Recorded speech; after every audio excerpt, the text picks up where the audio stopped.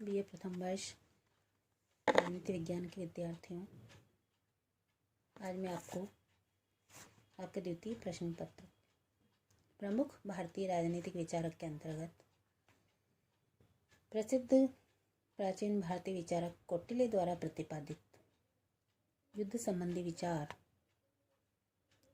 विस्तृत रूप से बताने जा रही हूँ। कौटिल्य ने 3 प्रकार के प्रमुख युद्ध बताए, जिनमें सर्वप्रथम प्रकाश या धर्म युद्ध था।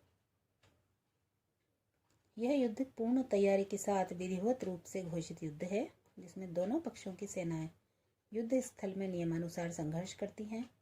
इस युद्ध के कुछ नियम हैं, जैसे रणभूमि में शरण में आए शत्रु को न मारना, युद्ध में अग्नि का प्रयोग न करना इत्यादि।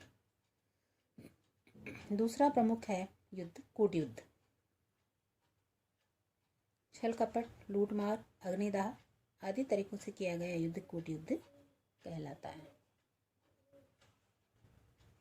तीसरा प्रमुख युद्ध जो कौटिल्य ने बताया वो है तूषणी युद्ध। यह निकृष्ट प्रकार का युद्ध है, जिसमें सेनाएं विष समान साधनों का प्रयोग करती हैं और छल कपट द्वारा गुप्त रूप से मनुष्यों का वध किया जाता है। कौटिल्य के अनुसार विजयाभिलाषी राजा परिस्थितियों पर विचार करके इनमें से किसी भी प्रकार के युद्ध का आश्रय ले सकता है। कौटिल्य अत्यधिक यथार्थवादी है और वह युद्ध में शत्रु के साधनों को नष्ट करने, शत्रु की भूमि में फसलों को नष्ट करने तथा जल को दूषित कर देने पर भी इस चीज को न्यायोचित मानता है। कौटिल्य की दूत व्यवस्था के बारे में देखें तो कौटिल्य ने न केवल युद्धकालीन वैदेशिक संबंधों वरन शांतिकालीन संबंधों का भी विवेचन विस्तार से किया। इस संबंध में उसने दूत भेजने तथा गुप्तचर व्यवस्था को अपनाने का सुझाव दिया है। कौटिल्य के अनुसार विभिन्न राज्यों में गुप्तचर भेजकर उन राज्यों की स्थिति तथा नीति का ज्ञान प्राप्त करने और उन्हें अपने अनुकूल करने या बनाए रखने का प्रयत्न किया जाना चाहिए।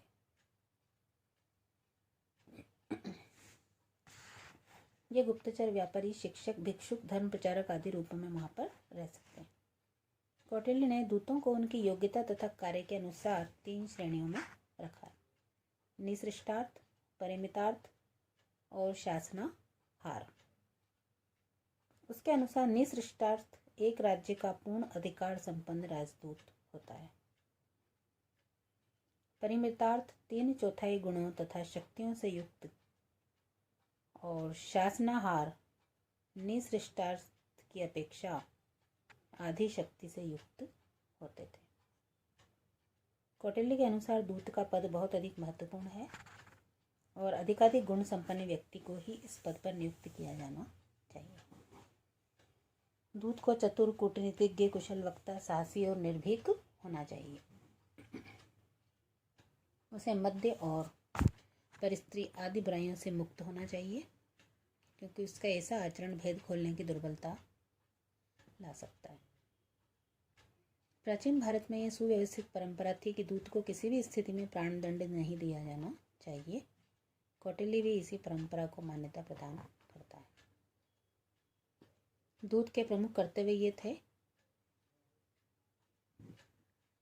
पर राजा को अपने राजा का संदेश देना, संधियों के पालन की व्यवस्था करना, मित्र संग्रह तथा शत्रु और शत्रु के मित्रों की मंडली में भेद उत्पन्न करना, गुप्त रूप से दूसरे राजा की कीर्तियों का ज्ञान करना आदि। कौटिल्य ने युद्ध काल और शांति काल में वैदेशिक संबंधों के संचालन का जो विस्तृत विवेचन किया वह यथार्थवादी और निश्चित रूप से स्तुत्य है। इससे यह भी स्पष्ट हो जाता है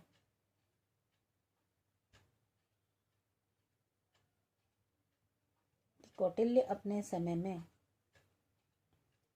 कितना आगे बढ़ गए थे और कितना आगे थे। धन्यवाद।